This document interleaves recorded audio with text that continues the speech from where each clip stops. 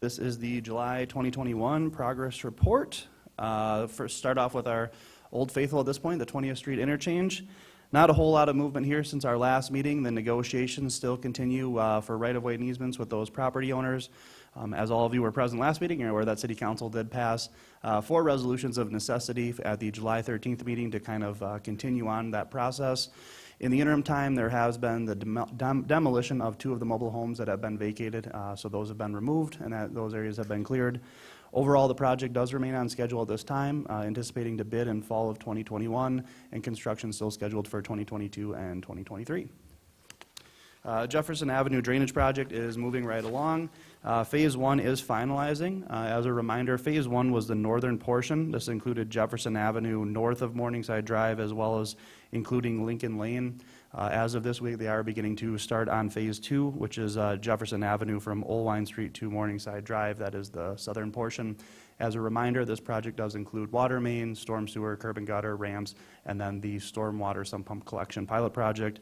This project is on schedule to complete in October 2021, and if all goes well, maybe a touch early, even in September. 8th Street and Madeira Avenue traffic signal continues on. As noted, Phase 1 is completed. Similar to the last project, Phase 1 was the northern portion of this project, so that was north of 8th Street along Madeira. Phase 2 really focuses on the south side of 8th Street. At present, they're installing the last leg of the storm sewer. Intersection will be opening at the end of this week, and crews will begin working on the installation of the new traffic poles. This project will complete in September of this year. Just as a reminder for everyone, the scope was that new traffic signal, curb, ramp, and turn lanes. Asphalt and concrete maintenance. So 15th Avenue is finishing up. This was between 3rd and 5th Streets. The sidewalk ramps and then that shared use path on 15th Avenue are complete. They're opening between 3rd and 4th Streets at present. They will be paving around the end of this week as their anticipation between that segment of road there. Sidewalk ramps on 3rd Street between Madeira Avenue and 17th Avenue are ongoing. They're starting on the south side of the road and then we'll be moving to the north side. Faculty Drive is a carryover project from last year. It was anticipated to be a 2-year project. That one is also underway.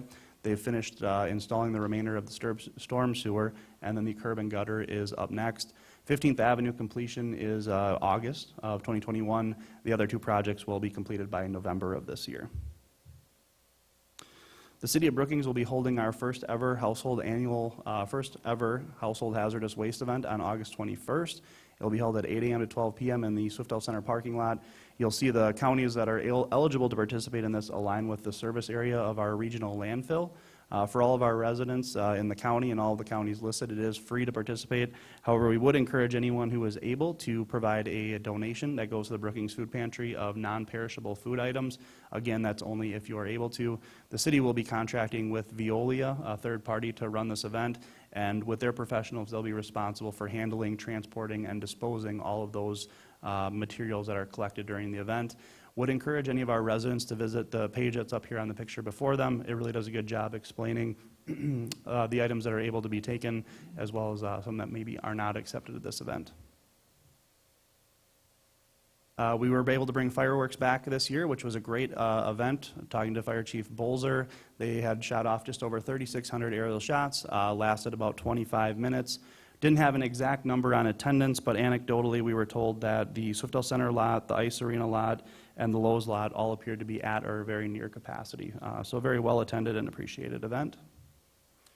A couple of exciting items from our Parks and Recreation Department. The 50th Annual Brookings Arts Festival was successfully held earlier this month.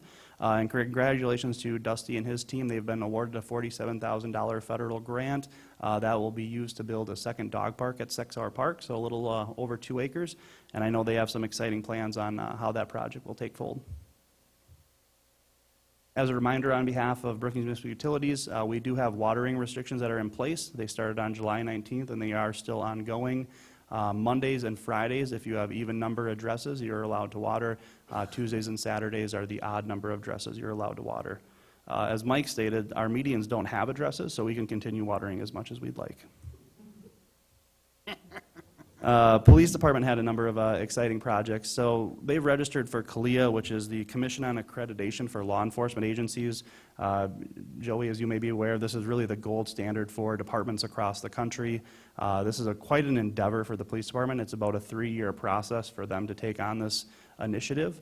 If we're able to be successful, our department would actually be the second department in the state of South Dakota who have achieved this accreditation, the only other one being Rapid City at present. CopLogic is the online police reporting software. Encourage anyone who would like to utilize that to do so. As a reminder, this is not a substitute for 911. So if you are experiencing an emergency, we always encourage residents to dial 911.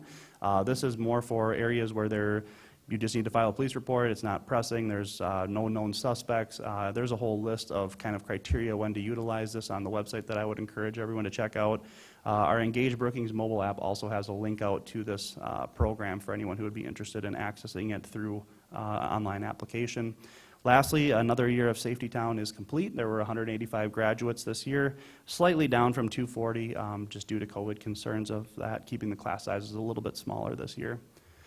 Library held their 16th annual transportation fair. They had about 400 attendees. Had some great equipment from the city of Brookings as well as the State Patrol who participated in that event.